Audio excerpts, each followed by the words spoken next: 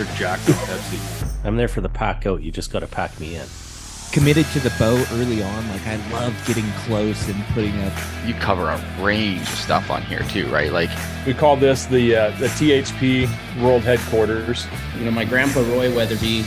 I came into like that golden little pocket where there was like 4 or 5 different bowls. Just You're Canadian? We're doing a Canadian podcast? My name's Douglas Bode. I'm Robbie Denning. Roy Candy. Awesome. Well, Pete, it's been a while. Just you and I this time. No Kevin. That's a first. It's a little different. Guy made too much noise anyway. Yeah. Yeah, no. So, you got a new bow press. What's going on with that? Press, vise, drawboard. I've had everything ordered for a while, actually. Kevin hooked me up. Oh, yeah. His cousin had one, and I was on the verge. I was gonna buy one in Calgary and whatnot. And I got a smoking deal, but then Canada Post went on strike. So then Oh, yeah, that delayed everything. I know. I had to wait and wait and wait. And so yeah, it finally came here. I got everything set up. And so it's just been learning how to use it. You know, I understand the mechanics from talking to everybody and, you know, like, okay, I got to get that out, swap these around, do whatever.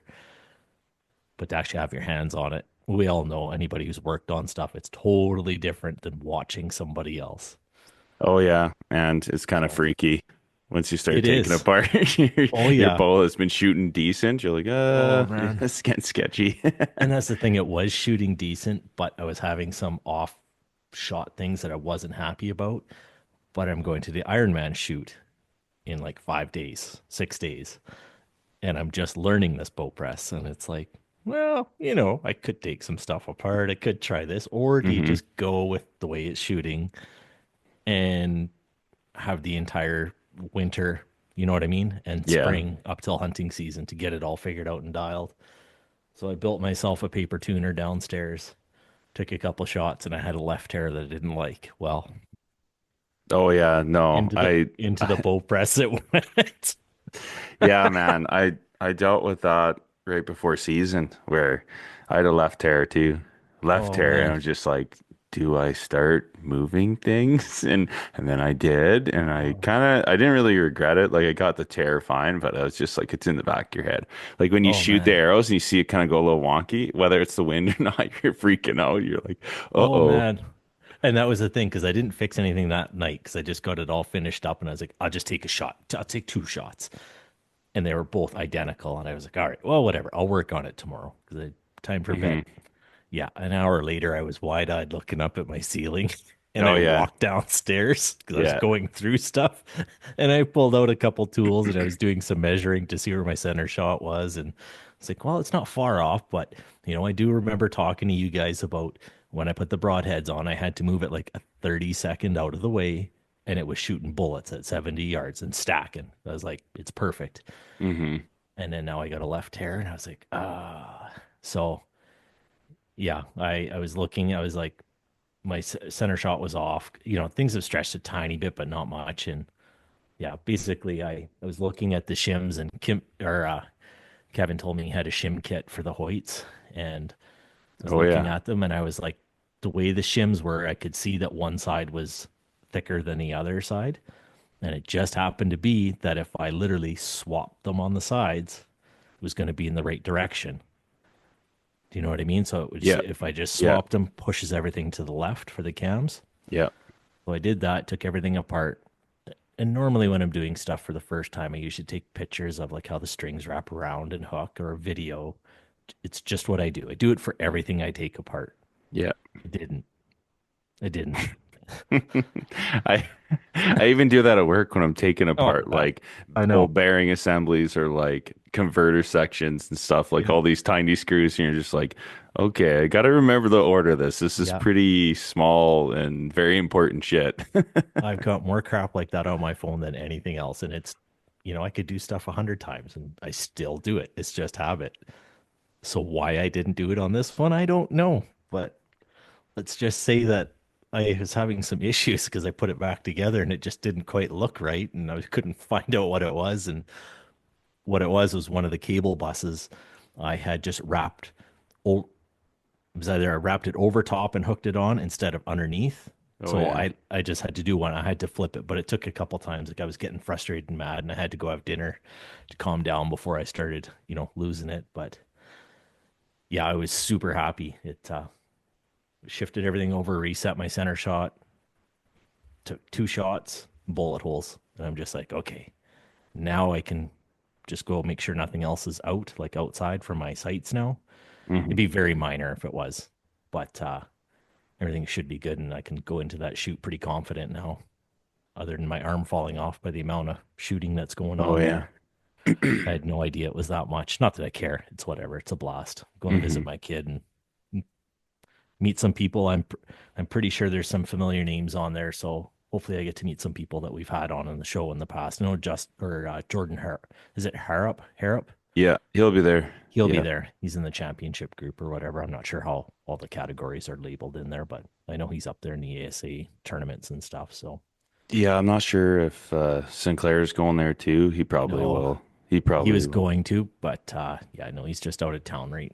He's on a trip Oh, yeah. right now on vacation, so he's gonna get back like the day before it starts, like on Friday. I think he gets back, Oh yeah. and he's just like, I don't know if I should. Yeah, he decided that he's not gonna go just because he's only got like a day's rest before he goes. So he's like, I better skip out. But Oh yeah.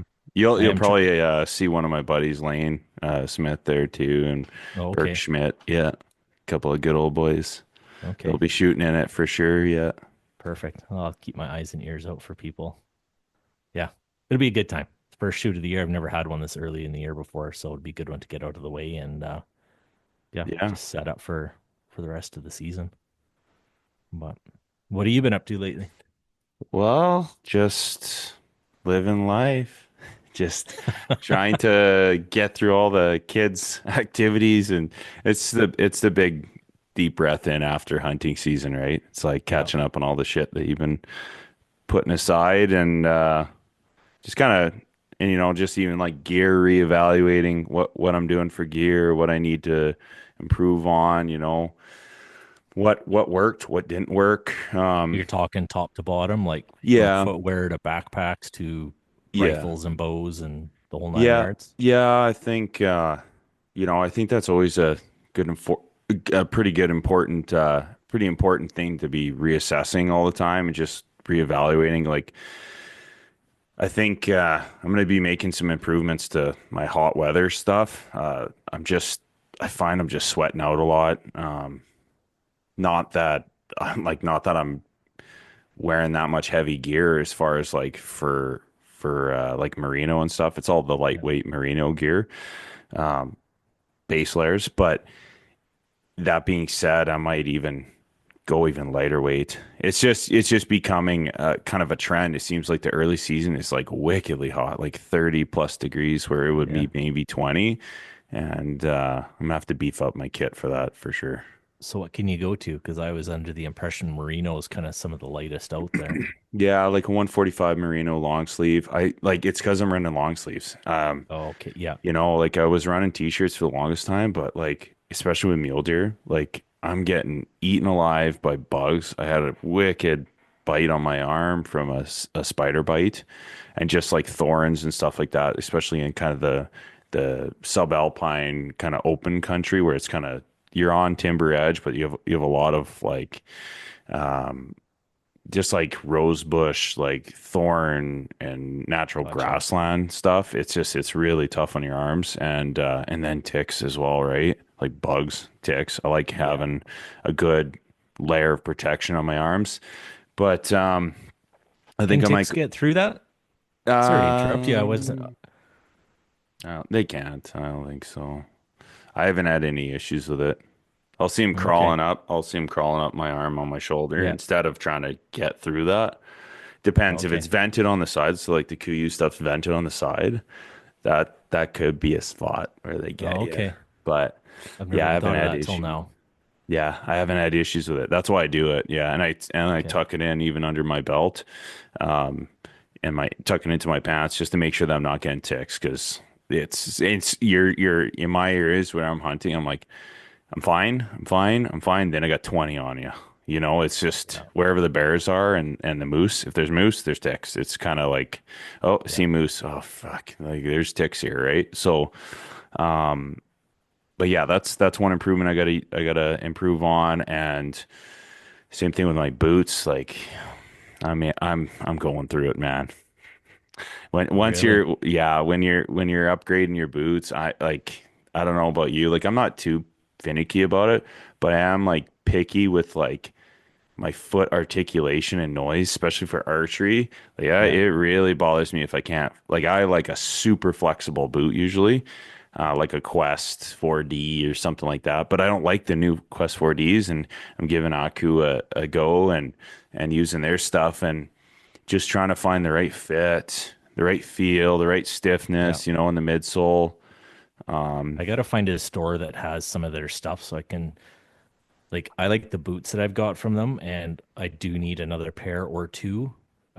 Mine, I think I've had mine for 3 years now, 4 years, something like that, and kick the shit out of them, and they look Yeah. amazing, but they're starting to not be able to repel, like they're not able to absorb and repel water as Yeah. much. So I'm at that point where I'll put waterproofing on, where I never had to for the first couple of years, Yeah.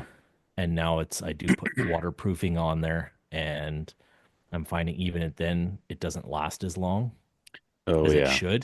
Yeah. So it's like, okay, they're coming to the end of their life, but they are holding up. Like if it's nice weather, they're a perfect spare boot that's dry.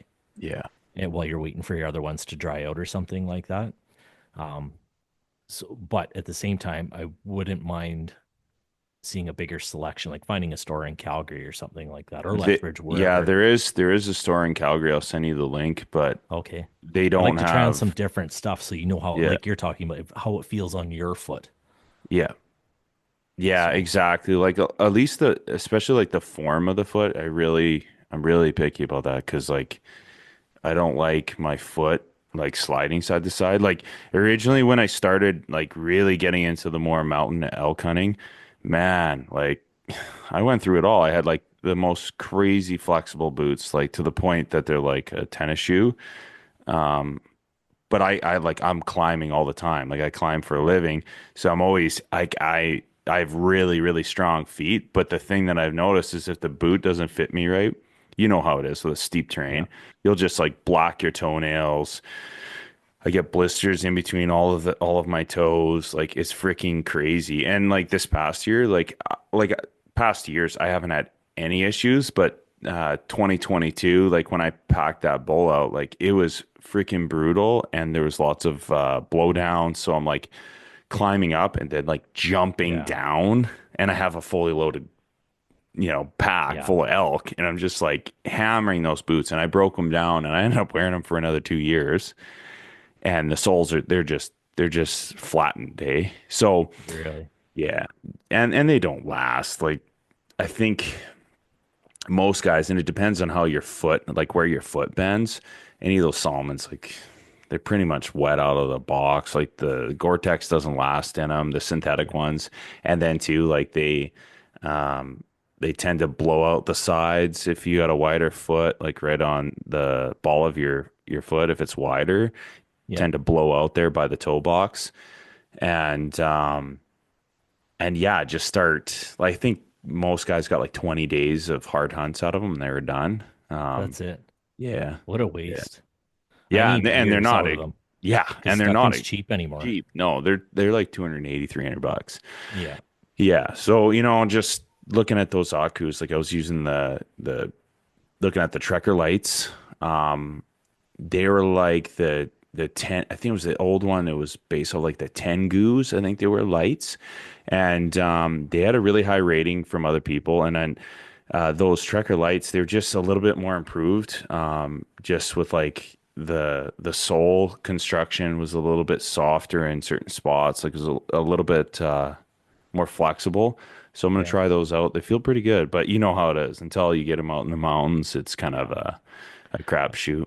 I thought about getting a couple pairs of boots just so that I have them because I like them and I hate it when they take something away and they Oh go to a yeah, different model. And yeah, I'm not saying these boots will, but I've just found it with every other company. So it's like, yeah, well, eventually they come up yeah. with the next better thing. Or they change it. But or they change it just a little bit. So Yeah. I want to get a couple pairs of those, and I think I might try a pair of those shoes actually that were Kevin was running. I can't Yeah. remember the name of them, but they were the runner shoes, and I would only use those if I was down in the front country area here because it's not steep. It's down on the benches here. Yeah. And I've got a few spots for early season. It's my main time that I hunt those if I hunt them. Mm-hmm. So it's like that would be my, first 15, 20 days. Well, probably the first 3 weeks, I'd say, of hunting potentially would be, I could probably get away with those runners where they'd be quieter and hopefully a little more flexible, like you're saying, because I'm not climbing steep shit until I move into the backcountry, and then it's 8-inch or 6-inch or whatever those boots are. They're high boots because I need the ankle support. I can't. There's no way I could climb in runners. Yeah. Yeah, I'm becoming like the boot emporium. My garage, it's insane. It's crazy.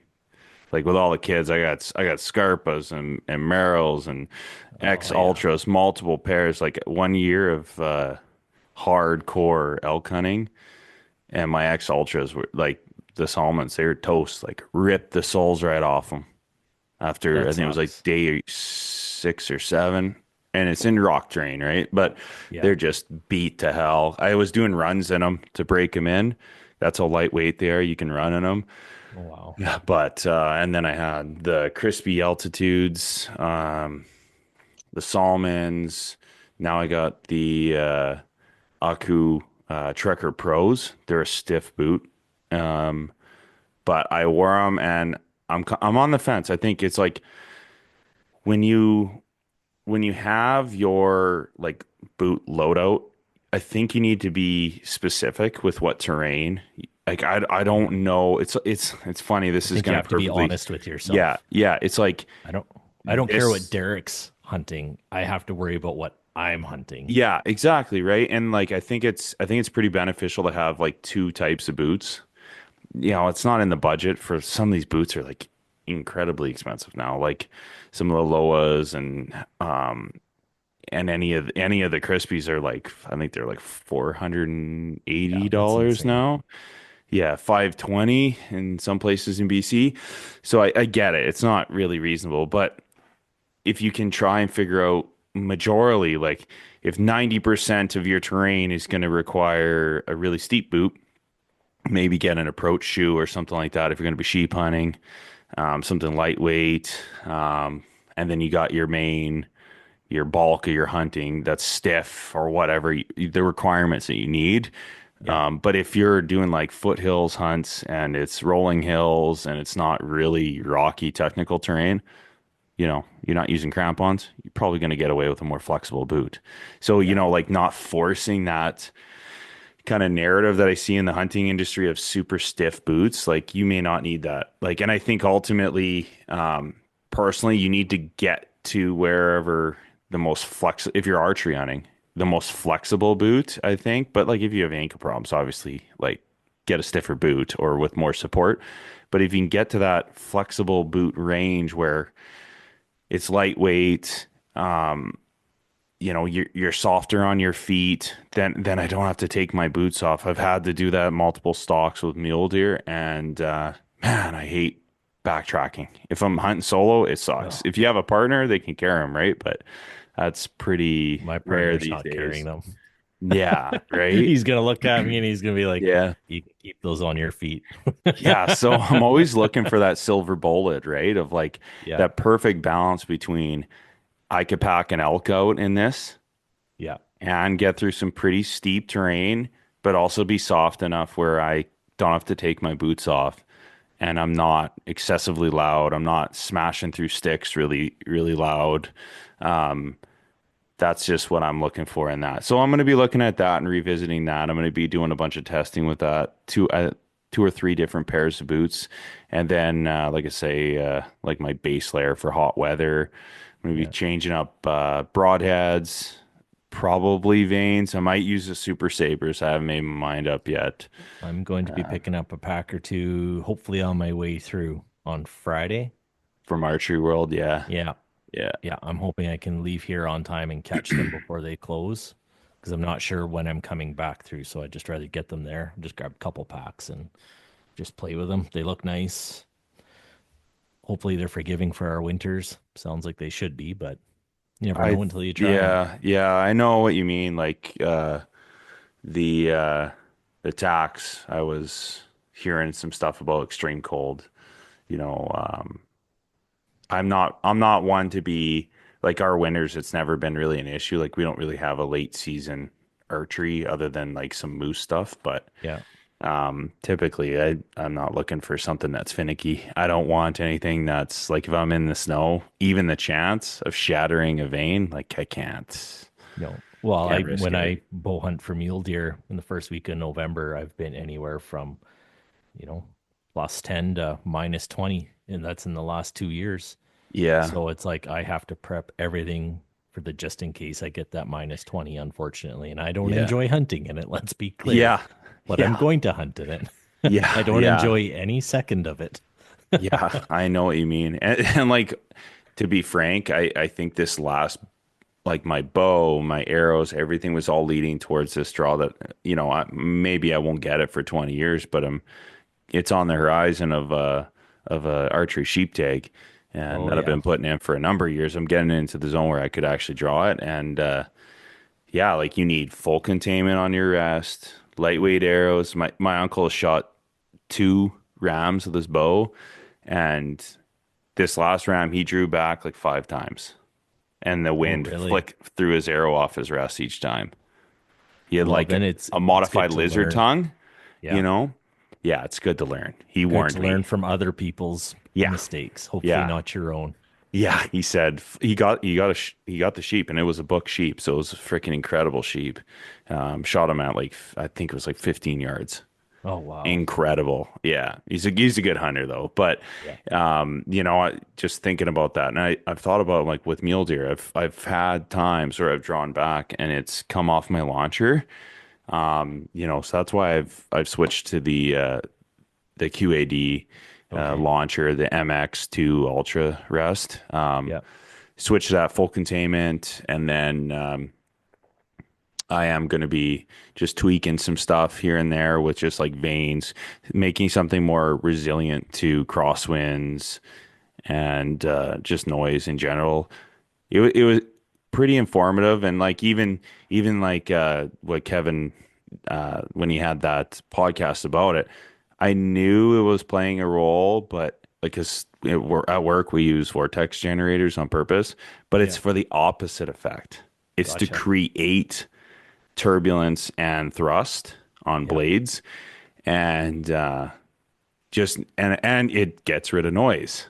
So I was like, crazy. yeah, that makes sense. It's literally we have them like this shape of that vein in strips that we put on blades on turbines in order to increase thrust, but also reduce noise. So it was pretty interesting. So I'm like, oh, might as well give it a I kind of shot, figured right? when I was listening to that, you were going to eat that up. I mean, I was enjoying it. yeah. I listened to it twice, but I was like, oh no, I know who this is made for. Oh yeah, the fluid dynamics and the turbulent flow, and like even like the sound as well. Like I was just like, oh yeah, everything you say. I'm like, I kind of knew, but I was like, it's good to have someone that's really digging into weeds and CAD and like actual aerodynamic. It's nice modeling seeing a change. Yeah, You know what I mean? Like it doesn't because matter. everything's I been like the same. change. Yeah. It's, two different designs for the most part. They little changes here and there, but it's cool to see something totally different in my opinion anyway. Yeah. And I'm starting to see some similarities from some other companies who are putting out their own veins, and you're like, I think he's onto something, because when big companies start following, Yeah. they're following for a reason. It's because they've checked with their own engineers and stuff, and it's like, oh Yeah. Yeah. Oh, it's time Onto to something. make some changes here. Yeah. So, doing that, and then probably new string, some tweaks, and then obviously that rifle build barrel should be here end of the month, I think. But yeah, so I'll be doing, like I sent you that video, so I'll be doing some inletting. Not going to get crazy with the bedding. I'm just going to I'll probably mill out top skim bed of the action, and then I'll do a full radius, like you square it up on a jig, Yeah. and then do a run a cut right down the barrel channel because it is a bigger diameter barrel. So yeah. Would it be a pain in the ass for you to do any videos of you doing any of that work, or like I don't know how your Probably. setup is. Like, Yeah. yeah. It might be a pain. Oh, Yeah, yeah. I was yeah, just like, I'd like, I'll get. I know, can't guarantee the rest of you listeners will get to. I know I'll get some stuff here and there and Yeah. pictures. Yeah. But I'm interested in that whole process. It's no different than anything else. It's like yeah. there's good, and then there's really, really good, and it's like, okay, what do guys do to get it to that Yeah. point? Yeah, it's a combination of little things, right? That mean something. It's like it's the I went down a rabbit hole when I was trying to figure out why I had a rifle that was shot to shot and the muzzle velocity spreads were unacceptable range. They were like 40 or 50, and I just said kept upping my ante. Like I need to figure out why are these spreads so big on this? Because it was shooting tiny groups. So upgraded my chronograph because I was trying to make sure that number one, it wasn't a chronograph problem. And then I started annealing, neck turning, and it's a combination of all of these tiny things that make a difference, but you don't see it on its own. It's Gotcha. everything put together, and then you're shooting tiny groups. And then I ended up getting the SDs, and obviously in specific conditions, to 1 foot. So 28-13, 28-13, 28-14, 28-15, 28-13, 28-13, like crazy levels of precision. And we're talking like scales and double weighing stuff. Scale is like a pharmaceutical level scale, so like light affects it. Oh, really? Yeah, like drafts. I'm a psycho. I think about like the moon, the moon position. I'm psychotic. Like at night, I notice at night my scale is more stable because there's less temperature swings, and I actually like to Really? reload when the house is in a positive pressure as well. So I'll close all the doors, close the Yeah. windows, and 71 degrees Fahrenheit, and I will. And if it's colder outside than it is in my home, I notice because I have a positive pressure and it's pushing out. If that's what I think is going on, because you're hot, right? So Yeah. your heater's on periodically, and just stuff like letting your scale warm up and all of these things combined, they really do make a difference, right? So it's not just the sexy part where it's like, oh yeah, this rifle is wicked. It's a combination. It's reloading, it's the optics, whether or not you have top tier optics. Yeah, that's basically what I'll be digging into the weeds. I'm going to be doing a big batch of reloading, probably like 400 or 500 cases for one of my setups. Which one? Which caliber? 300 Win. Yeah. Okay. Yeah. So I'm just like prepping all the cases, right? It's just it's so much work that I like to do it in that amount. Then I just store the cases, and then I can do the reloads as I need to, because it's a process, right? Like, I resize them all to set the neck tension. I got to blow out the necks on a mandrel. Then I cut all the necks. So I have a neck cutter that cuts the diameter. So I'll half thou shave it off to make sure it's squared up. Then I'll resize them all. Then I'll cut them to length, like size the necks down, cut them all to length. So they're all at the same length. Uniform the primer pockets and flash holes with a cutting bit.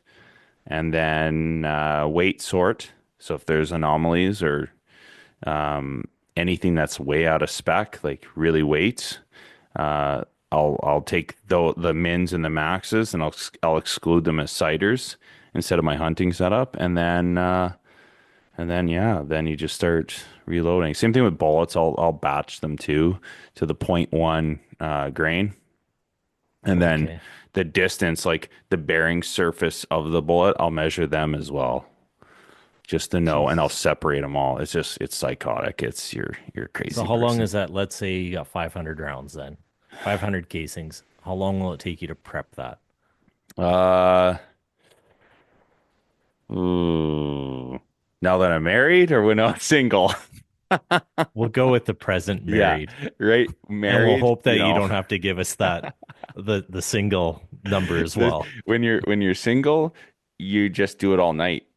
Okay. You just go hard. You just are a crazy person. You just as soon as you're done work and it can get very intense. I do have some like electronic stuff now, some like for cutting and stuff like that. Like it's better than the old hand wheel shit that I Okay. used to do, but yeah, it does speed it up. I if you get into reloading, yes, get the basic stuff to get you going, but I think investing early on, especially on like sizing and deburring all at once, that's a huge investment. If it's a $500 setup, it is worth its weight in gold. Not only will you be able to sell that for the same or similar amount, but doing those functions all at once saves so much time and energy that like say like when you blow out your because you're gonna every like 2 to 3, especially with magnums, you're gonna blow out your case length constantly. So when you resize it, you're gonna have to constantly shorten that case length as well as deburr on the Okay. inside and outside. Yeah. So there's a lot of tools now. Back in the day, they didn't have any of this where it cuts the max length and deburrs and chamfers at the same time. Well, Yeah. So yeah. So now, I'm gonna be doing it periodically now that I got the kids, the wife, everyone. It's a lot of work. So usually do it in the evenings. The biggest thing is just to make sure that you're having enough time to finish from start to finish one function. gotcha. Cannot be distracted, overly tired, intoxicated, or stopping and starting in between a step. That's Gotcha. that's one thing for the quality because especially when you get to powder measuring, that's so stressful for me because I'm like when I start throwing powder, like I don't stop. I'm not Gotcha. revisiting this because your scales will be calibrated, but they start drifting off. So you have to make sure that I'll even like measure out my zero standardization point, like when the scale's off, what that minus is, I'll measure that, and I know, and I track it, so I know like Really. if it's negative, okay, like I can calibrate my scale, but it matters to me what that drift looks like, right? Because it's not completely accurate. No matter what I do, it's never 100%. Even though I have two scales, one for throwing, one for measuring, so I'm double Yeah. measuring them. Even then, I'm paranoid. Yeah, and Jeez. that's a whole nother discussion. Like it gets pretty wild. Like the one thing, like if a little tidbit here, this is a pro tip here, always go in one direction. So it'd be like I'm going low to high. If I overthrow, start over. Like if I overthrow, make sure you go back down. So you're going down to up. It's better always on your scales, like even like a RCBS. You could use those at a high level versus like the super trickler or like my buddy. We used to use a Prometheus. That thing you weren't allowed, like depending on who you talk to, maybe they were selling them, but you'd had to lease them. Oh, really? And it uses like a microscope with like the scale. Like it's fully automated, like professional level reloading stuff for like big like rifle builders. That's And crazy. yeah, and that was like a whole different thing. But now with my own like with the setup I'm running right now, um, it's better just to go low, work your way up, and when it tips over to your charge, that's the stopping point, right? Okay. Cracking kernels in half, like that level of precision. Yeah. It's Wow. better to do that instead of like you go higher up and then you're taking kernels off. That's not as precise. It's more precise to have it where it just cracks over to the next grain increment, like the 0.02 grain increments. That is a lot more accurate, right? But yeah, Yeah. I'm kind of going on a rabbit hole already. So Oh, we're it's all gonna, good. yeah, yeah, I'm gonna talk about that we're having this podcast because we're gonna be getting into some long range hunting topics, and we are gonna be breaking it up with archery and the usual. But I think we're gonna dig into some long range hunting, just like builds, optics, setups. We're going to have Ashley on from High BC. He's going to get into some stuff with us too, because it's going to be a real interesting comparison, because he did build and he is currently ran this past season a chassis build. And I use more of the traditional like McMillan Manners type stocks. I really like those ones. Have done chassis stuff before in the past, but typically my hunting rifles, it's all your more traditional fiberglass carbon fiber stocks. So it'll be good to see the comparisons, his build specifications, weights, why he went down that road, like quality of life stuff, why it's becoming more prevalent in the hunting industry. That's one thing that we're going to be digging into, as well as I got some questions that will kind of filter through just recent events in the hunting industry with cartridges and just some of the trends and kind of the whys. And then just even like before season, like talking about hunting prep, like getting ready for hunting season or for shooting targets, and what things we can do beforehand before we hit our season, like what you were going through with point impact shift, sight-ins, ammunition issues, fouling, cleaning, the whole gamut of topics. We're gonna dig into them. I think we even got into, I was trying to decide on a brand of bullet to try again, because I never stop wanting to find that bullet that I have access to. I don't care if somebody can get it down in the States or over in Europe. It only matters what I can get around here for myself. So we had lots of discussion on that, and actually Derek helped me out in a couple, and there was nothing wrong with the bullets themselves, but he started talking about how some of them really fouled up a barrel compared to others that I was looking at. So it was like, the topic really came down to nothing wrong with them, but you're going to have a whole lot more maintenance coming along with these ones, and a lot more stuff to go. And the other ones actually worked just as good, if not better. They grouped better, and they actually became more accessible to me. So it was a no-brainer, but it was nice. I would have no clue. I can shoot guns. I like shooting guns. We all like shooting guns. But it's nice having this information with stuff that, the average person that doesn't go down these rabbit holes all the time. You get those tidbits.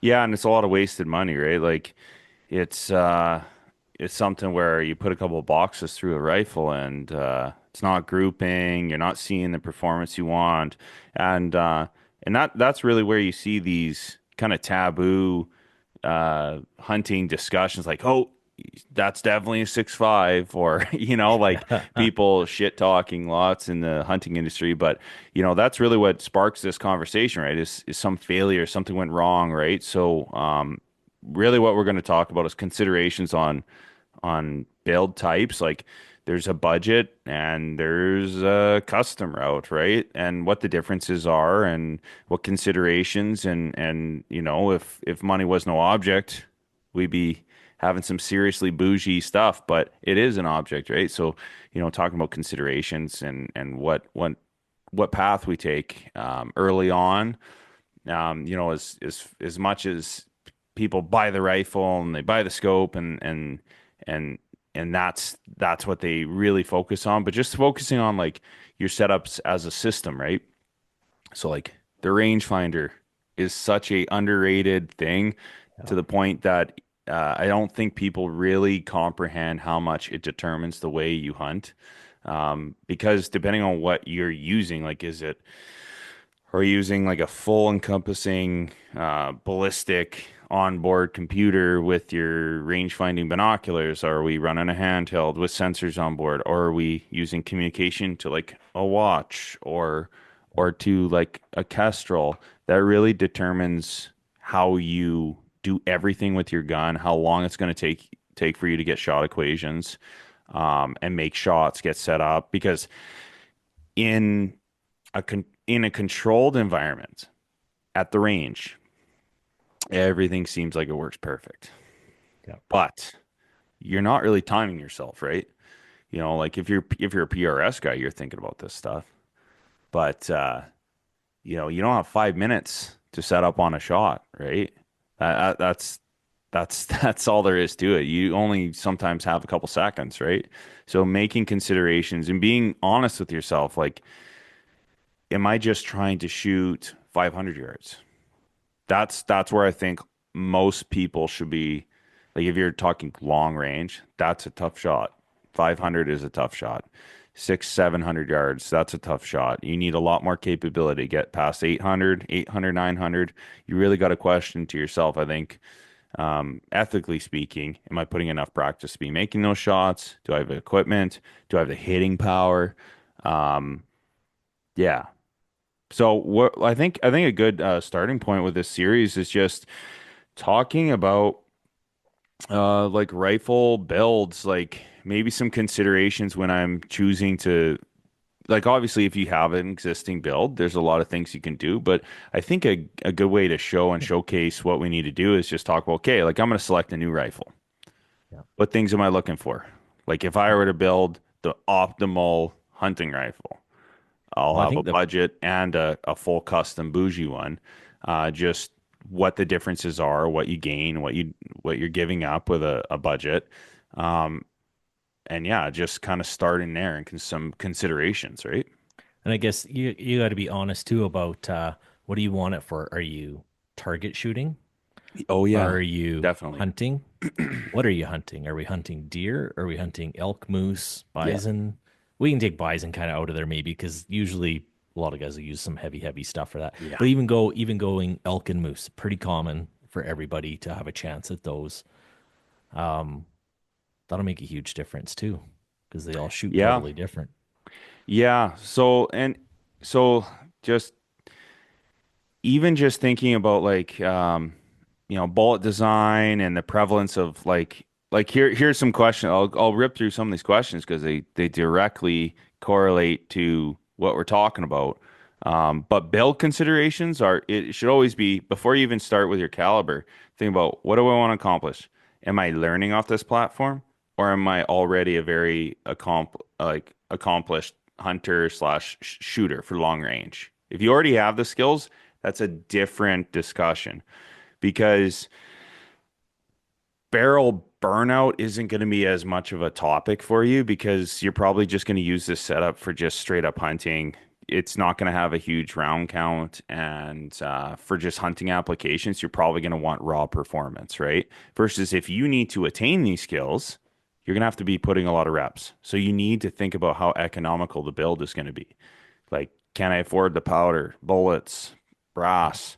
I think for us in Canada, we need to have like a priority of like, this is the hierarchy of what I'm looking for in a build and start there. Am I recoil sensitive? Because if you're recoil sensitive, then that means you need to think about, okay, what do I want to accomplish? What's the minimum recoil with adequate hitting power? That's where I need to put that at the top. Hitting power, energy down range. Like if I'm shooting moose and elk, probably want some mass behind that bullet, right? Yep. Probably looking at 7 mm or 300 Win and 300. up. Yeah. 300 PRC, 7 millimeter PRC. And this is what I'm talking about, like this whole triangle of needs, right? Of like, I need it to be recoil, like I'm recoil sensitive. So I need the hitting power is probably going to go down because I'm going to need to shoot a smaller caliber.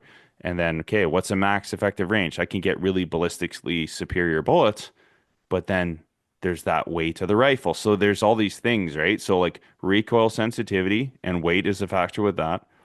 Hitting power for what I want to accomplish. Max effective range of that projectile and cartridge being reasonable without going into like hot rodding and crazy levels of powder charges, because it might be finicky at that max charge. And then the weight of the rifle determines a lot. So if weight is the number one, well, then I need to downsize my cartridge. But I need to pick that cartridge to fit with the prey, the animals I'm going to be pursuing. So you see how right there, right now, I already have some sort of path for the cartridge I'm going to select. And then after that, you can start building out like optics. Well, if if my max effective range is going to be 500 yards, well, then I don't need to go with a 25 power scope necessarily. Maybe I can get away with a 20 power or a 22 power. Um, and if the weight is the biggest thing, then you're probably going to be in your 6.5 PRCs. You're probably going to be in your 7 Psalms. You know, stuff that middle range if weight is the issue, because I'll tell you 6.5, and this is my personal opinion, everyone has their own opinions, but what I've seen is guys really have a tough time controlling 6-pound guns when you're getting into like 7 mm and beyond for recoil. Like you're getting into the magnums. That's why like guys like being at the 6.5 PRC, because you can be in at or around 6 pounds and kind of still be okay for recoil, where you still can control the gun and it still recoils where you're still staying within the sight picture of the shot. Lighter the gun, bigger the kickback, correct? Bigger the kick and the less stable. Less stable. You'll feel like a great example of this is, so if you want to know how much tension you can put into your shoulder, take a light gun and try and hold it really tight. Yeah. It's going to shake a lot, right? Kind of like what I say to guys is like 6-pound gun, 6 pounds of pressure. I hold the gun, that amount is what I'm putting on my shoulder, pulling into my pocket of my shoulder. So like a 10-pound gun, I can put 10 pounds. So I'm gonna be really solid, but really steady. Yeah. Or like a really heavy PRS, like you're getting into like the 20-pound range, right? With some of those with like weights and stuff, you're gonna be so rock solid, low recoil, smaller calibers. You're not going to shake, right? You're not going to see your heartbeat. You're not going to shake when you're building a position. So these are considerations, right? So I would just write down a list of your most important things, and see what cartridge fits that bill, right? If you are just me, like talking out loud, the most things that I get asked from people is 300 or 7 mm. For Canadians, that's what it is. Because yes, I said recoil, hitting power, weight of the rifle, max effective range. But the biggest thing for us is that blaring obvious thing about, is it economical? Like you just said, can I get my components? Like, am I going to, and another thing, like, am I going to reload or am I shooting factory? Yep. That's a big consideration. And I would just go, I tell guys, I'm like, go to your corner store where you get your ammunition. Yeah. What's on the shelf? And that's what I have to do here, because Yeah. you're lucky compared to me. I mean, yes, we have the internet. Yes, we can order certain things sometimes. Sometimes the cost of shipping that stuff is so exorbitant, it's not Yep. worth it. Depending on where you have to live or where you live. Yeah. Like for me to get to where Derek is, it's 5.5 hours for me to get there. It's Yeah. 3 hours for me to get to Calgary. So that's a 6-hour round trip to Yep. potentially get to a store that may or may not have stuff in stock, but they have a bigger selection than what I have. I have Canadian Tire, which they do pretty good, I must say. Yeah. But that's my selection. That's Yeah. where I have to choose Yeah. from. So I have to go, let's say I'm visiting Derek or whatever, and it's like, oh, these guys have a couple boxes. I better stock up. It's not that Yeah. I need them right now, but I can't get them, or I may not get them this year if I don't get those now. Yeah, exactly. That's how it works here, right? You have to be kind of like a little bit of a hoarder to make sure you get what you need. If you are going to be running factory, I strongly suggest looking at the Hornady selection for cartridges. They're very good at keeping it up to snuff when it comes to stock in Canada, especially. So, there's 7 PRCs, 300 PRC. They may be a little harder to find, but keeping to like in general, like 6.5 PRC is becoming more readily available. Your 300 Win, your 7 mm. If you think you're gonna have issues with finding rounds, 300 Win, 7 mm, not exotic stuff like 280 Ackley improved. any of the Weatherbees, like if you want to hot rod it and you can find your rounds, by all means. It's not something that I see that much anymore. The Weatherbees, like maybe the 6.5, 284s. I've seen a couple of those around, or the 6.5, 300. But again, you're paying top dollar. So Oh, yeah. that's what I would see. I'd look at, okay, what do I have readily available? What can I access as far as like rounds? And then if you're a reloader, I look at what's the brass cost. The brass is your savings. If you have exorbitant pricing on brass, it's going to be very difficult to reload, because not only are you going to have a tough time finding brass, you're not going to be able to load up in the amounts that you are required in order to have enough brass to service your rifle for the duration of the barrel life. You got to think about, like, when you build out, you got to think, okay, like roughly probably going to be at around 1,000 rounds. I'll probably have to reassess my components and everything I'm gearing up for, because reasonably that's what guys can afford. 1,000 to 2,000 rounds. So what does that look like for brass life? Am I really hot rodding this thing? Like, or like, is there Hornady components available? Because the Hornadys won't last as long, typically, versus like the Lepore, Norma, or Peterson brass, AG brass, Gunworks stuff. Like, what can I get? And what that looks like, it's expensive, right? So if you can't get enough, you're going to have a risk where you're going to be a couple years down the road and you're not going to be able to find brass, and then you got to start all over again on your load development, and that's super expensive. And in some cases, like with like the 28 nozzle, you could eat up 20% of your barrel life just on a load workup. So it's really important that you factor that in, the availability of reloading components or factory rounds. And then, yeah, just like going down the list of priorities, optics, in general, I would say, like, if you're going to go over 20 power, you need some serious glass to back that up. If you're going into 24s, like your Vortex PSTs, maybe some of the Huskmas or the Leopolds, be very careful with how far into that you go. Like, I would probably do like a front focal plane with those, so then you can back it off and you still have your holdovers that are consistent. If you're going to do second focal plane, 22 power, like probably a Nightforce NXS or NX8. That's probably, like, these are expensive scopes, man. Oh yeah. Brand. So, like that's where, like, if I were to say like what I want, what I'm gonna run, it's gonna be Nightforce or better. Nightforce, zero comp, maybe, a Schmidt and Bender if you can find one for a good price. Something with some serious glass to back up the performance and the magnification. And it's pretty nice to look through, let me tell you. Yeah, 'Cause especially in the low that's- light. Yeah. Yeah, because I think if I remember right, I got a 3.5 by 15 by 50 NXS Nightforce. Yeah. And man, I just can't get over how fine that crosshair is compared to some of my other scopes that I have. Yeah. And I'm just like, all right, this is something Yeah. else.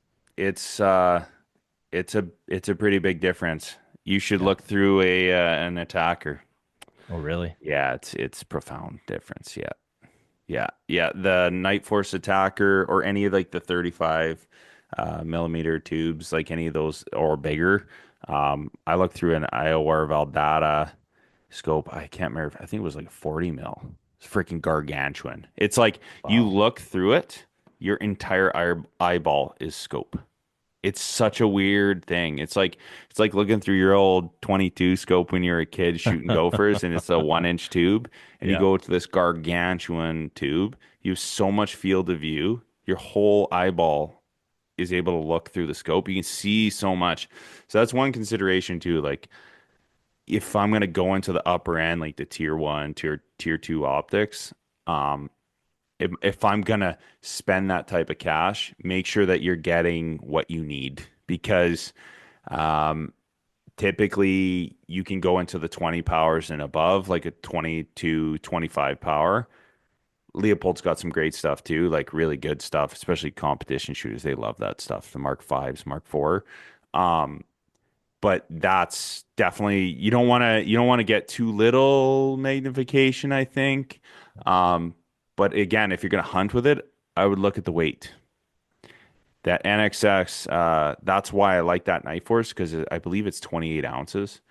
You get into some of the real high-end beefy optics, they start getting into like the high 32, Oh, wow. 42, like 42 ounce range. That's why I'm saying, like, if weight is your consideration, that's going to dictate most of your selection and build, and that's really going to determine your optic too, because you get into those big magnifications, you're going to be paying a weight penalty. So, and then the last thing too would be just like, if I were to say 7 mil or 300, I'll ask, okay, well, are you going to hunt elk and moose primarily, or are you going to hunt elk primarily, or are you going to be hunting deer more? Because if you're going to hunt mostly deer, a 6.5 PRC or 7 that's a perfect spot to be in. Like, because then you could still take a poke out at elk. Do I think it's a little underpowered on the 6.5 PRC? Yeah, it's a little underpowered, but you definitely can do it if you have some discipline about your max effective range.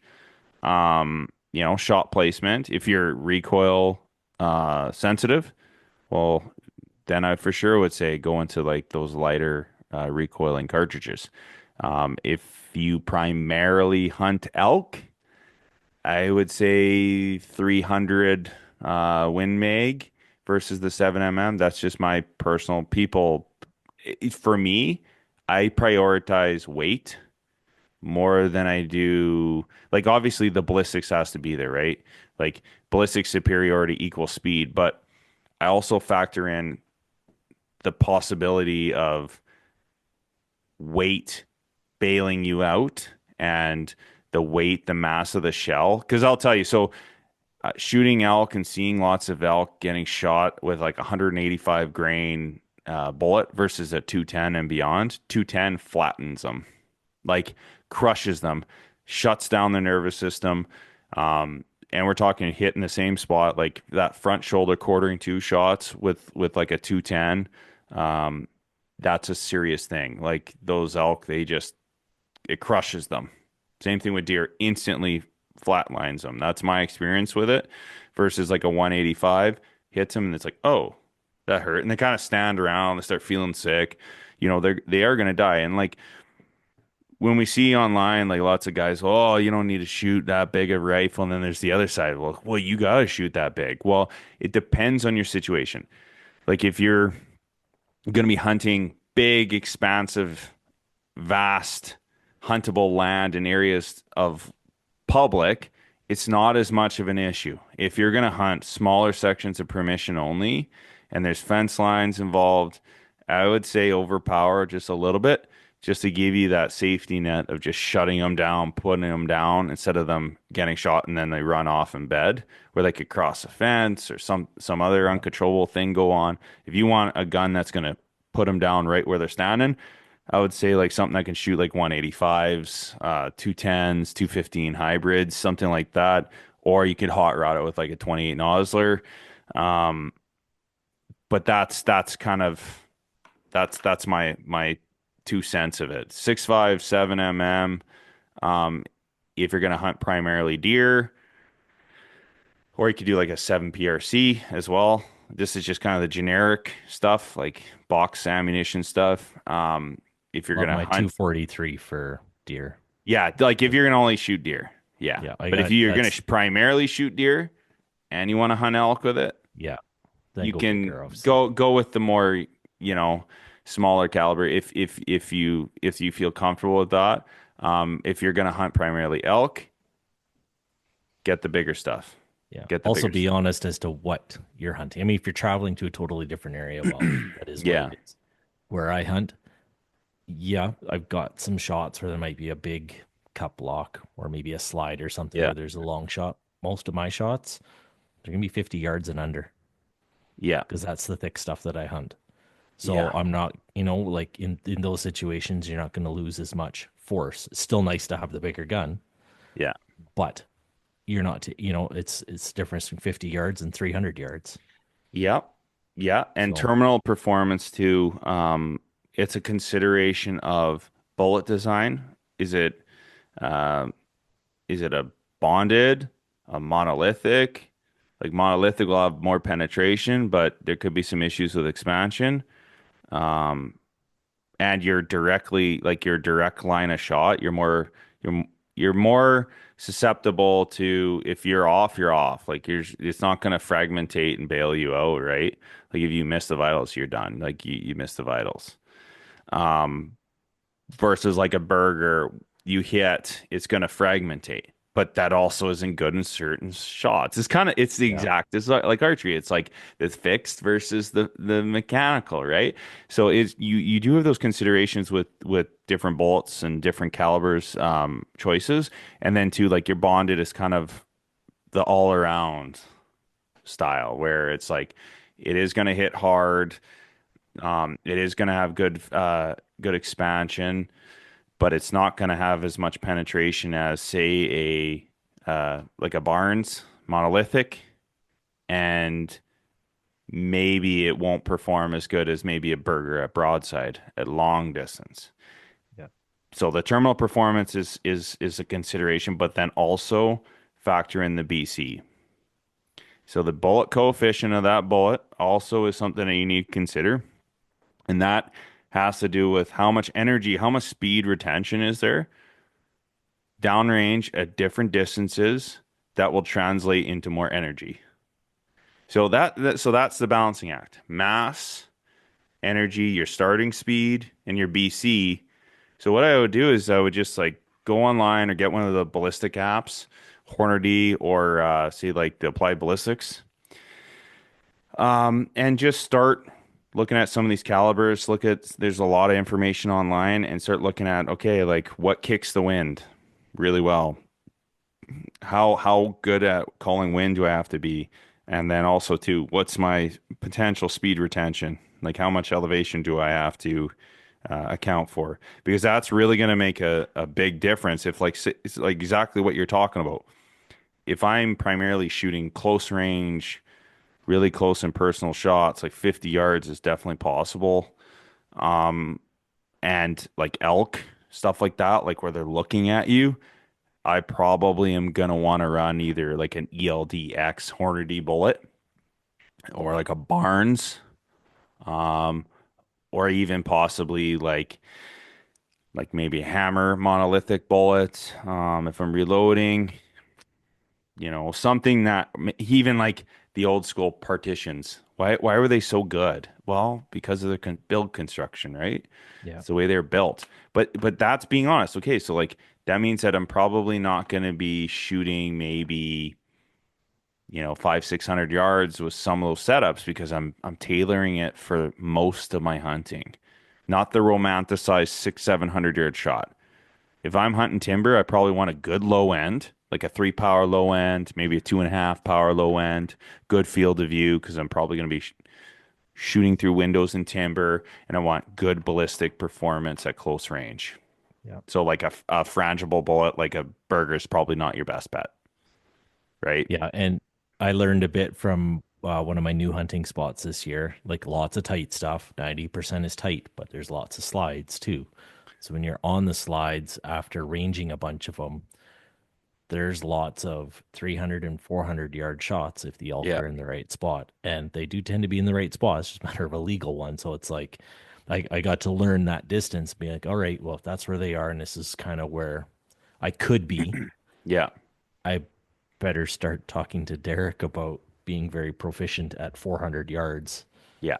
I'm not worried about the long stuff yet. And I know the longer you go, then, the shorter stuff it's like archery. It becomes chip shots. You're not second guessing it. Yeah. But at least now being up in that area, it's like I should prepare myself for this because I'll be kicking myself if next year there's an elk sitting there at 350 yards and I'm only good to 200. I'm still going to make a move on it, but I'm not just going to throw lead at it. Yeah, I'm going to have to cut that distance. but I sure would have liked to have talked to you a little more and done a little more practice and Yeah. gain that other Yeah. 150 yards or 50 yards. And been like, Yeah. Yeah. Yeah. I have one setup that's like, if I see the elk, they're done. Like I can get them. It's like 600, 700 and in. It's not like it's as close to 100%. Like obviously shit happens, but like especially at 500-600 yards, it's 100%. Like that gun, I've never missed with that gun. Like I'm at that level with that one. it's awesome. And the kids too. It doesn't miss, right? But that's because I mapped out the trajectory.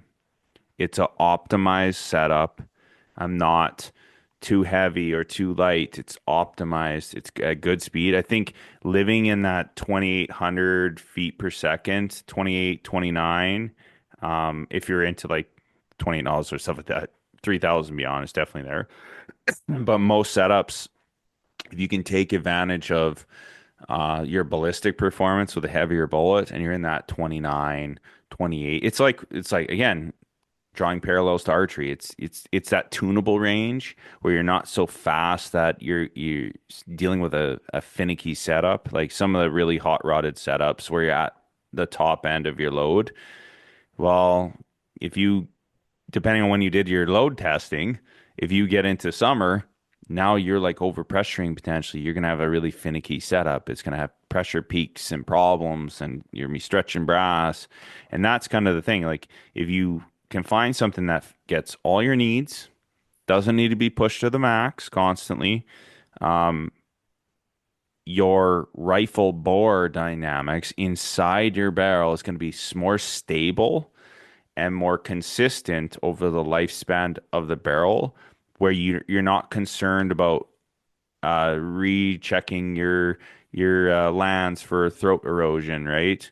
Like you're not like, and that's the thing, right? Like the more we go into performance, there's no free lunches, right? You become to a degree less consistent because think about it. When you get a new barrel, what happens? You shoot it a few times and it changes and then it stabilizes, right? Well, what's happening in there is fracturing in the grain of the steel at the lands, because that's where it's the most violent, is where the chamber ends and the rifling starts, and that's where that impact and that yawing and everything's engaging the rifling into the bullet, and you have the most heat and the most powder burn, the most impact, the most forcefulness. Like everything is very intense at that spot. So what happens is when you start shooting out, depending on the performance of your cartridge, like a 28 nozzler, it's very very prevalent for people to potentially have issues in that area where they get the black ring of death. They get carbon rings, they have problems, versus like a 7 PRC. You could get that as well too. Like Ashley had talked about, he was having some issues. I can't remember if it was this 300 PRC. I think it was this 300 PRC he was having issues with. But just understanding that when you get into the high performance, you can get some bore inconsistencies and changes over time, and that might be harder to track, right? And that's going to directly relate to your max shot count for that barrel, like the lifespan of the barrel. So if you want to learn to shoot, probably get, and you still want to hunt and stuff like that, maybe don't go to the high end, like 28 nozzler barrel burners or 300 Norma mag, or like a 338. I definitely wouldn't do that because you can't afford to shoot it enough to get good at it. When you're looking at $15 to $20 a shot. Oh man. That gets It's pretty something else, intense. because even a 7, I run an average bullet, just an average bullet, like Hornady. I think that is Super Performance. Does that sound right? Yep. I haven't Like an SST. yeah, and Yeah. I think it's still after taxes. It's like $95 to $100 for a box. That's just a basic bullet, as basic as it gets, and you're looking at $5 a bullet, and it's not even. Yeah, it's just an average size bullet. Yep. That's So, why I say, yeah, like, if it's you're going to crazy. reload, the only way you're going to save money is your brass. Depending on how many reloads you can get out of that brass, that's going to determine all your savings. That's the only savings you get. So really focus on how much that's going to cost. Can you get enough? and what's the lifespan? Do some research online. Look at, okay, like, are we getting, like, for 300 Win, 7mm? I'm usually getting, like, any of the belted stuff, I'm getting like 5 reloads per case. Oh, That's really? Yeah, and that's pushing it. Like my one gun, I'm pushing it to the max on performance, and 2 reloads tops. And I'm getting Okay. insipidus head case separation if I push it to the third. It'd be like I could shoot them Gotcha. all and I'll have one partially separate. It's like that's a recipe for disaster. You're gonna rip the head of the case off, and then you're gonna be going to the gunsmith. So, just again, considerations, right? And then the other one is like, are we gonna go with a full custom? What you get with that, versus like a nice factory. Factory stuff is getting really good, Pete. Like it's pretty decent. Like any of the like the the Fear stuff is really good. The Chris Arms, I've had really good luck with those. Like the Mesas. One of my best barrels for the carbons was a Chris Arms barrel blank. Uh, yeah, I think it was a 27-inch barrel, 28-inch, and then I think with the break, it was a 26, but you cut the end off, right? When you're chambering and putting a break in. But we're talking like 2-inch groups at 650, 5 shots under 2 inches. Serious performance. Like it could put up groups in the point 0.1 of an inch at 100 yards. So, just those manufacturers I really trust. Some of the Browning stuff has really come a long way. They got some really nice stuff. The long range versions are really good. Um, I would stick to stocks where they don't have the bag rider, where it's more like a slanted. If you're going to go with a more traditional style stock, just because they ride bags a little bit better on the bench and when you're shooting. Oh, okay. Never thought of that. Yeah, because you can go forward and back, and Yeah. that lowers or raises the muzzle. Yeah. So then you can fine tune your natural point of aim when you're setting up to shoot. And just in general, they free recoil a little bit more consistent, a little bit better. I have shot and ran A3 and A5 stocks from Macmillan. And if you can avoid it, I would get like a much better upgraded version would be like the Game Warden 2.0, Game Warden LR, or any of the Manners stuff, like the carbon stuff. MDT's got some good stuff too. But again, if I was doing that, I'd want a bag rider because it's just like for field use, it's a lot better in my opinion. And then, so like that's kind of the difference, right? Like with the factory, you're getting the bare bones rifle. The barrels might be a little bit more finicky. You can reload for them, but they can have it's stress is what it is, right? So with a match barrel on a custom build, you're getting a barrel that's been de-stressed. When they drill a hole through it and they do all the manufacturing that they do with the steel, they'll put plugs on the end, they'll put it in a oven and sit it upright. And they heat it up, and that releases all that stress, because that's what that is when you're shooting a string of fire, and as your barrel's warming up, it starts stringing in some direction or starts shooting around sporadically. That's because it has stress in the barrel, and that's what's causing that point of impact shift according to how hot it is. So with a factory rifle, you could have some of that. So that means you're going to have to be a lot more diligent with how you're shooting, slowing down, shooting cold bores is your primary measure of where you're hitting. So that means you can't just like boom, boom, boom, shoot round after round. You have to be more conscious of your barrel temp as well as fouling, versus custom build. You're probably not going to have to worry about that as much. It still can be a factor, but it's definitely not going to be crazy. Like it's not like you could overheat. You might see some accuracy issues, but it won't like vertically string. Like some of the, like say for instance, like the Ruger Hawkeyes were notorious for that. Like the 7MMs with the pencil barrels. Yeah. Like those sporter barrels, first 2 shots are good. Third, you're throwing it high all over the place. That's because it's mine heating. mine goes high rate, maybe about an inch on my third. And I'm sure if I shot fourth, who knows where it would go. Yeah. And it's hot. Like, yeah, it's hot. I don't have a thick barrel or anything like that on mine. And that's why I always chuckle when I'm out in the bush and you hear like 5 shots in a row and being like, it didn't sound like 2 different guns. So it wasn't like a part, Yeah. 2 hunting partners taking shots. Me, like, always goes through my mind. I bet that 3rd, 4th, and 5th shot didn't even go anywhere near where they were Yeah. hoping on it because, it's glowing red by now. Yeah. I just really like anytime you're like setting up a rifle, it's that first shot, right?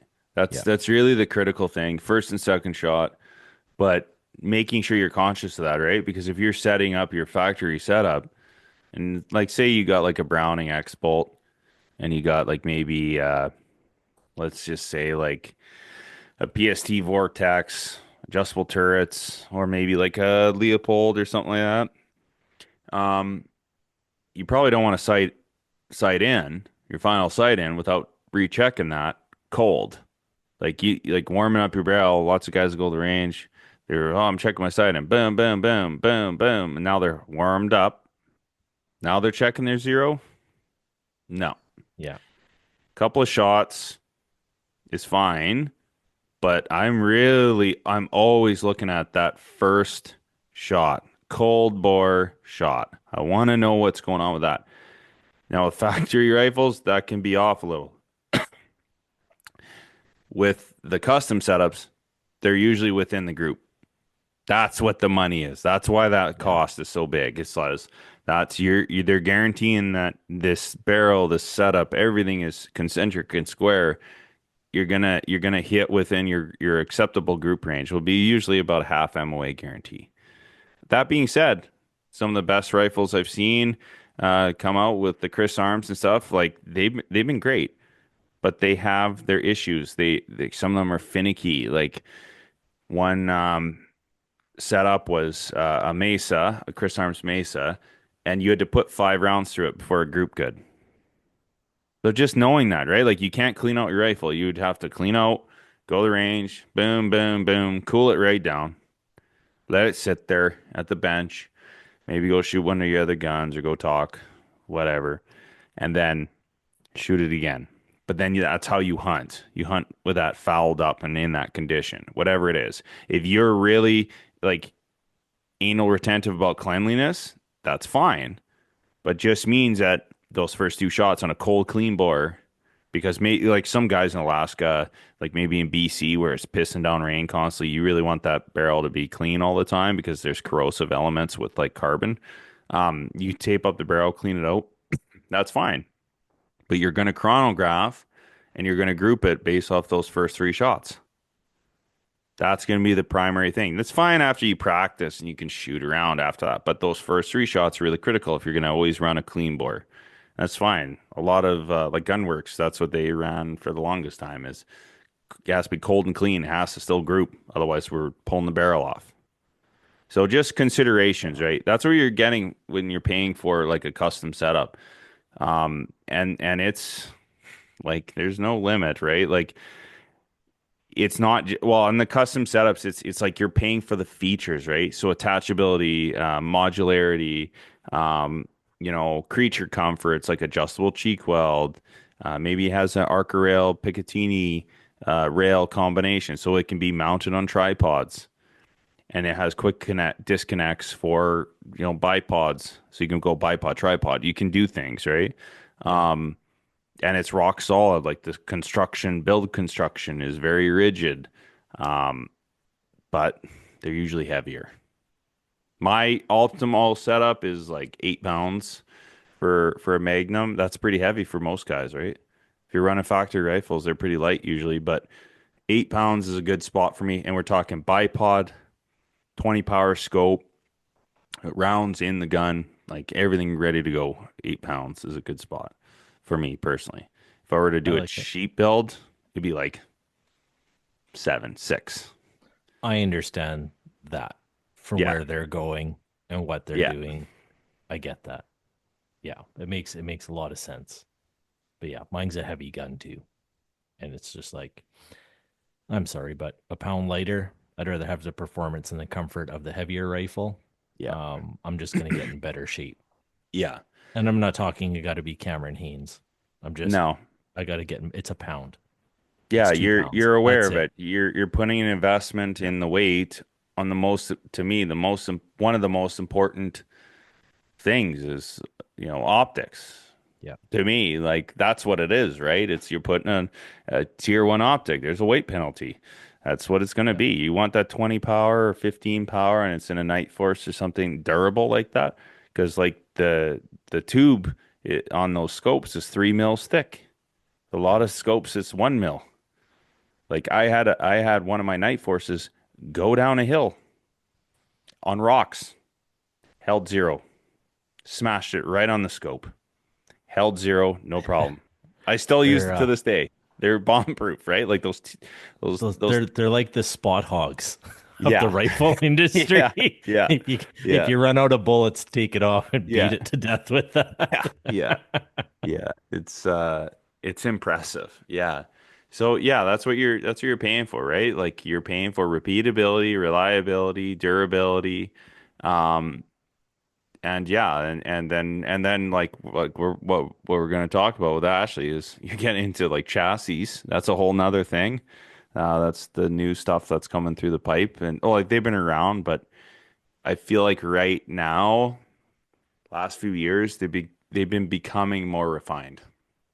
Like just you're able to pull your action out and put it right in, and it's shooting good from day one. It's less plasticky. Like there's still plastic, right? But you look at the chassis and you're like, okay, the build quality's there. Like it looks good, it feels good. You feel quality now, versus in the past there was some issues with stuff, just like how they felt. Like the MDT stuff is great, and a Canadian company, like awesome stuff. Um, like there's MDT is probably the main one that I'd say is like at the forefront with like chassis. But yeah, we'll talk about that separately as far as like we'll talk about his You build and talk what all he's night doing. long when you start going down these rabbit holes. Yeah, exactly. And then that's kind of what we're going to be talking about in this series is just we're going to talk about optics. We're going to talk about barrel construction and builds for lightweight or heavyweight. We'll talk about target considerations, with optics and calibers, and we're going to do some reloading stuff and talking about that as well. Yeah, and then like rangefinders and tips and tricks with that.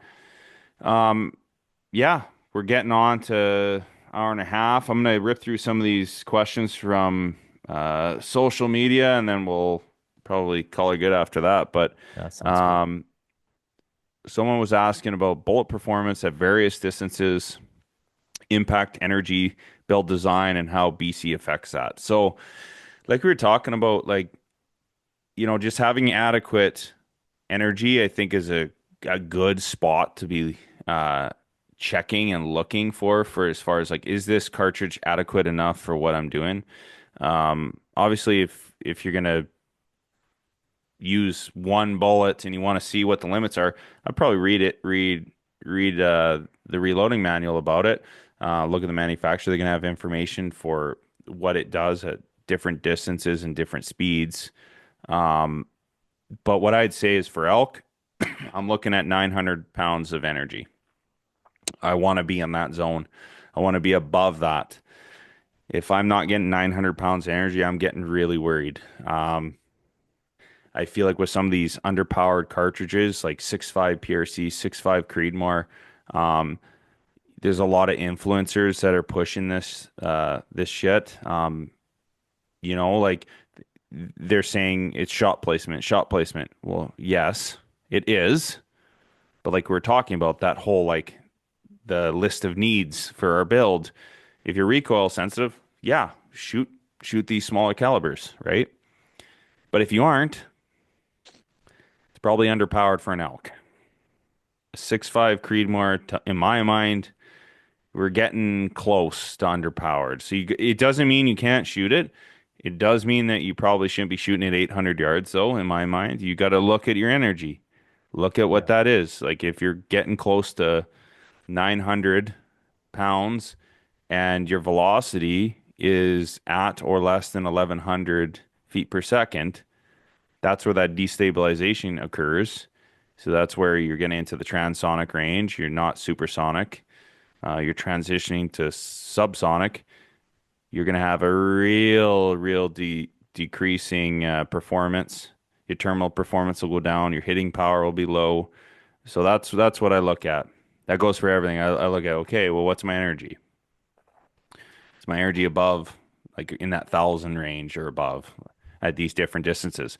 Because I look at that as that's my max effective range.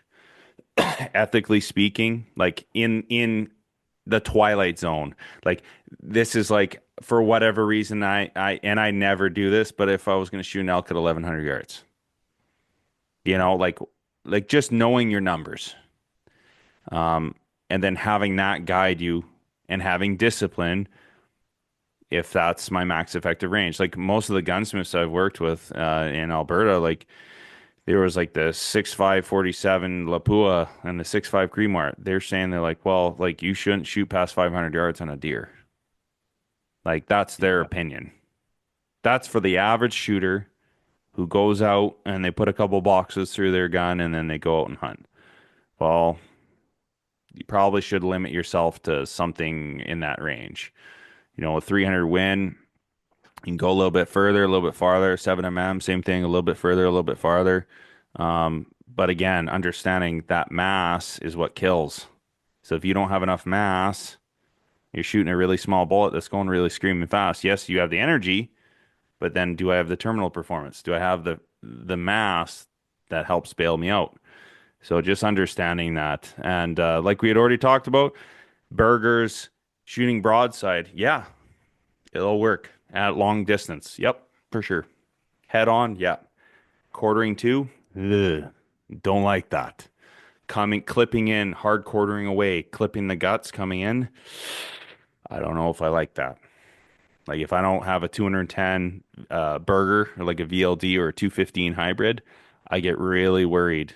Or like even like if I'm shooting like a 195 like extreme outer limits bullet in like a 28, that's a lot of power, right? But those like that bullet design, it fragmentates. So it penetrates in a couple inches and then fragmentates. So just understanding what the limits are, right? Like if I'm clipping a hard quartering away, I don't like that shot.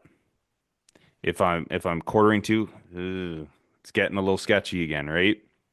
Am I going to have adequate penetration to get to the vitals? Especially the other thing too on that is even if it does kill it, how much of your meat is left, depending on the angle. Yeah. Yep. Like if you destroy the whole front quarter, well, that really sucks. Yeah. That was a waste. That's why I'm always looking for like either a straight frontal shot on like close range, or it's got to be broadside in my mind. Just because I don't like, as much as Muck said, take out the wheels. Maybe like if I'm shooting at like a 350 class bowl, yeah. But if it's a 5-point and it's primarily like it's meat, I'm looking for that pocket and I'm gonna hit, right? So just understanding your limitations, right? So then, and you got your ELDX, they're gonna be all around good. If someone's asking like, well, what do I shoot? Well, those ELD X's are a wicked bullet. They're reliable. They do quite a bit of damage. Quartering in, like a quartering 2 shot, you're good. Like you're gonna be all right. I feel like it's gonna get where it needs to go. And then if you have issues like 7mm, some guys have like lots of bad experiences with not getting enough penetration, then I would say you lean towards like a Barnes monolithic. My experience has been the monolithics are kind of hard to tune sometimes. So it might be tricky. Like that's what was going on with your gun. They foul, like any of the monolithics tend to foul a lot at the crown, and especially when you really push them hard. So that's just one consideration. Just like some barrels just foul really badly, and if your barrel is one of them, Barnes might not be the best option. I'd probably look at like an ELDX because they tend to foul a little bit less. Burgers are the most accurate that I've shot, but they're the most finicky. They take the most advanced reloader to get the most out of them because of the secant ogive, the tip of the bullet, it's like pointy. Because of that, they're very sensitive to bullet bore alignment and distance seating depth.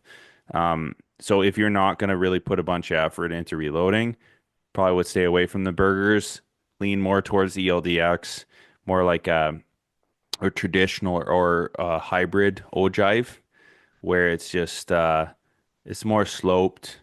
It's just not a pointy, pronounced shoulder.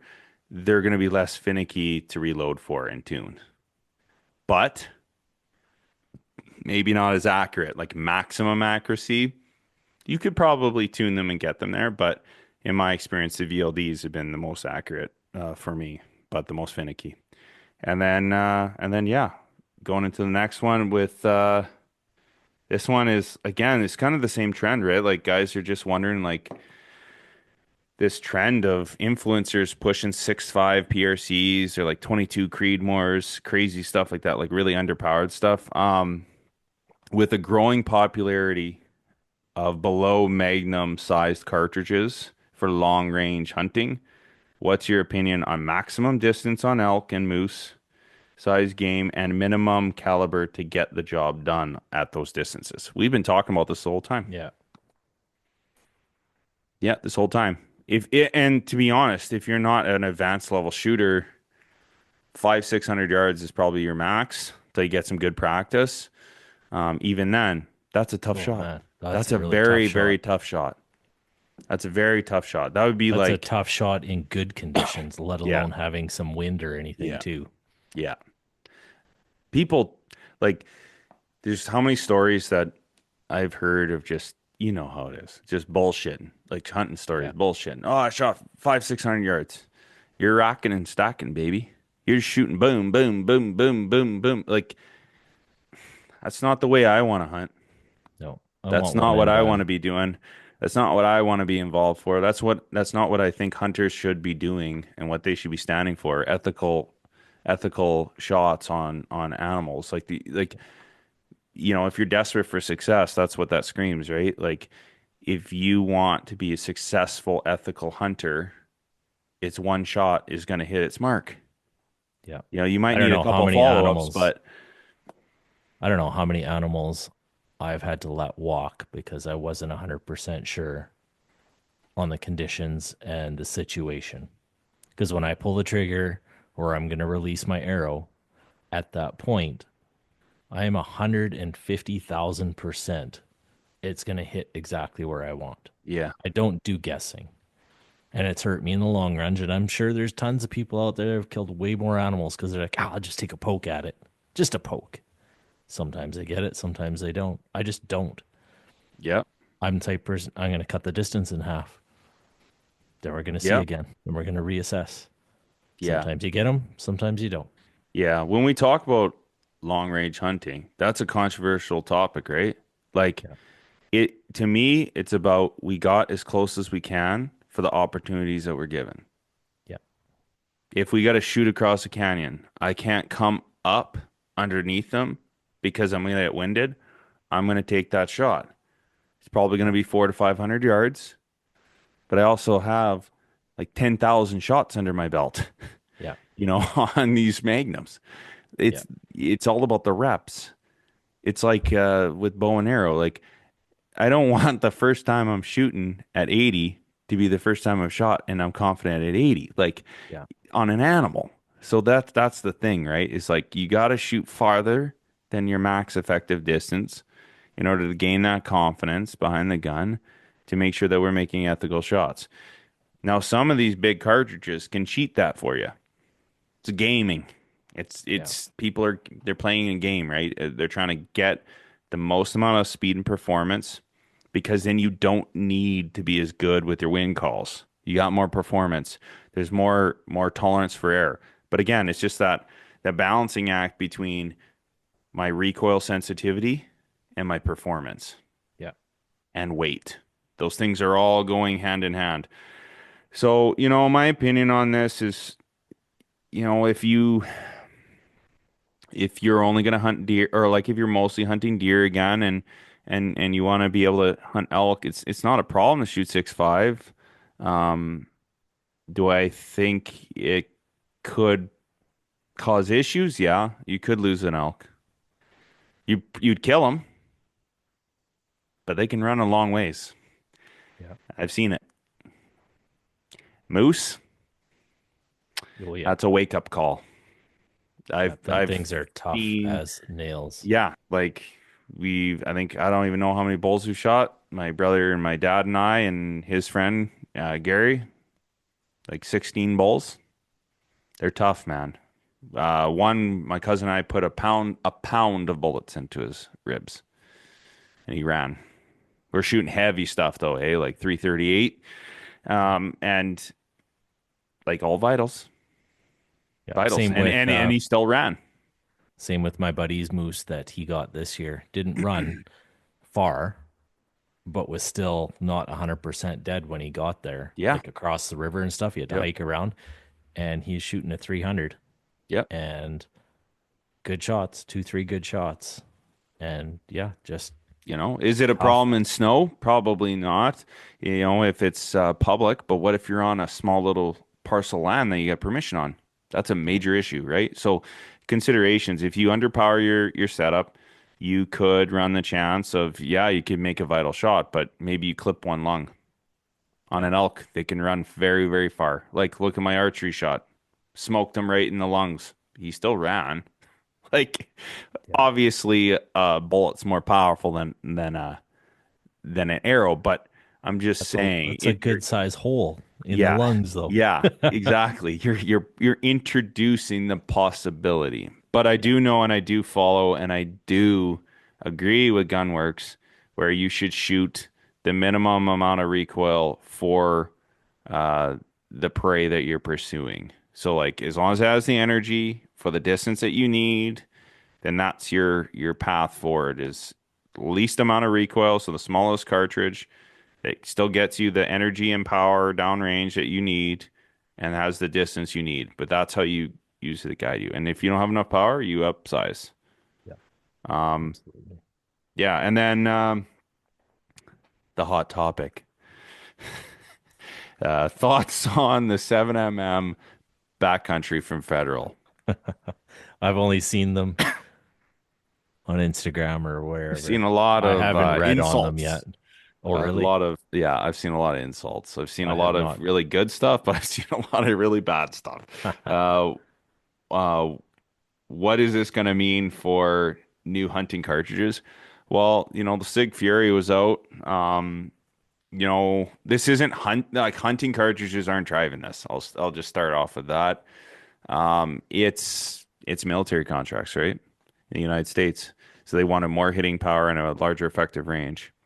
So that what they're doing is they're beefing up the case, steel case or an alloy case, and some of the SIGs are running like a composite, like it's a plastic case with a steel head.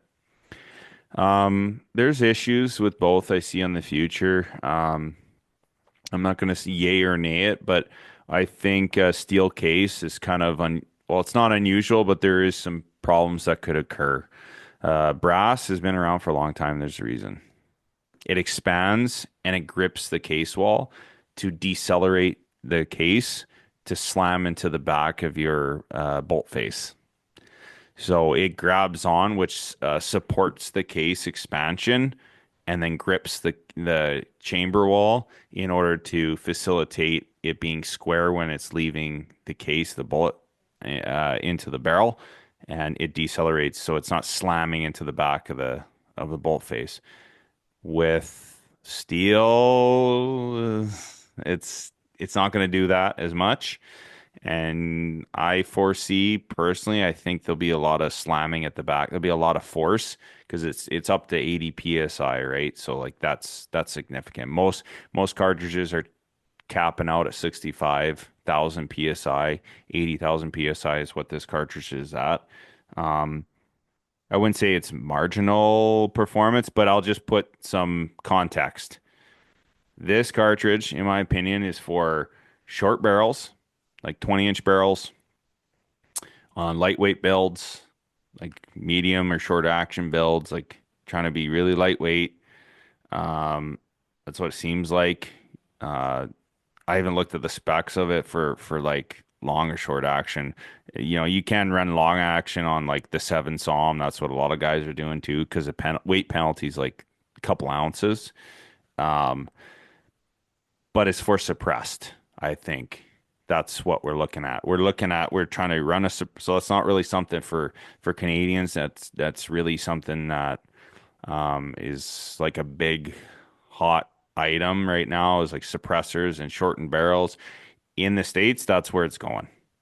Shorter barrels with a suppressor.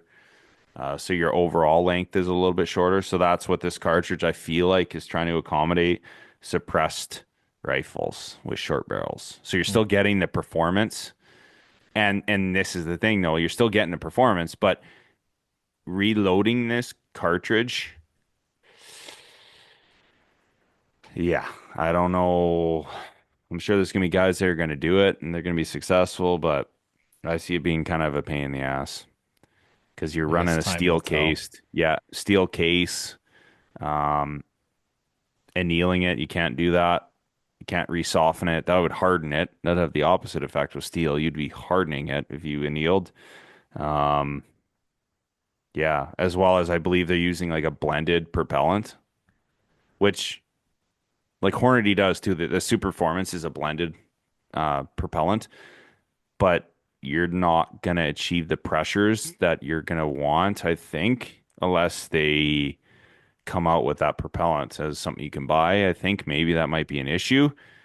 Maybe you can run hotter powders. I don't know, but I see these rifles potentially being finicky as well because you're running very high performance. So you're going to have a lot of erosion. Your bore is going to be eroding very fast. So essentially what that erosion is like we were talking about, like it creates these micro fractures in the barrel, usually right at the lance and the throat there. And so what that does is, though, like you think about it, the hotter, the more intense the pressure, the hotter, so the more powder, the longer the bullet. So that's why 7MMs tend to burn the barrel out faster than a 30 cal, because they are overbored more. So there's the size of the cartridge coming down to a narrowed necked orifice. That's the barrel. When it's coming down, that means there's more pressure, more heat, more powder being pushed down there.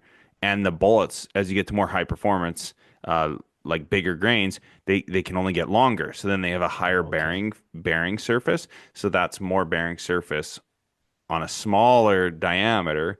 So it's concentrating the forces, the heat on a smaller bearing surface instead of it being dissipated over a larger one like a 338 or a 30 cal.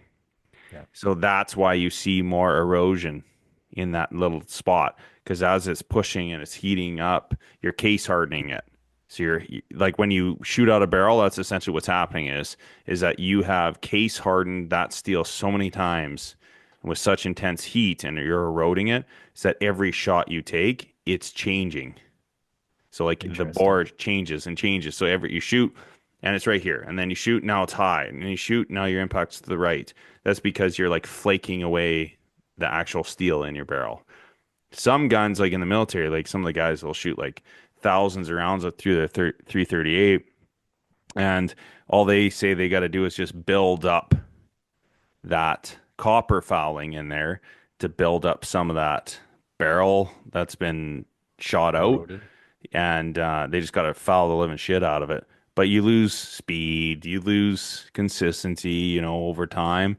So I see these being built, and guys are going to go crazy for them because you got the performance. But I don't know. Time will tell whether or not it just goes away because of barrel issues or maintenance issues. Like if you're shooting the barrel out in like 800 rounds, you know what I mean?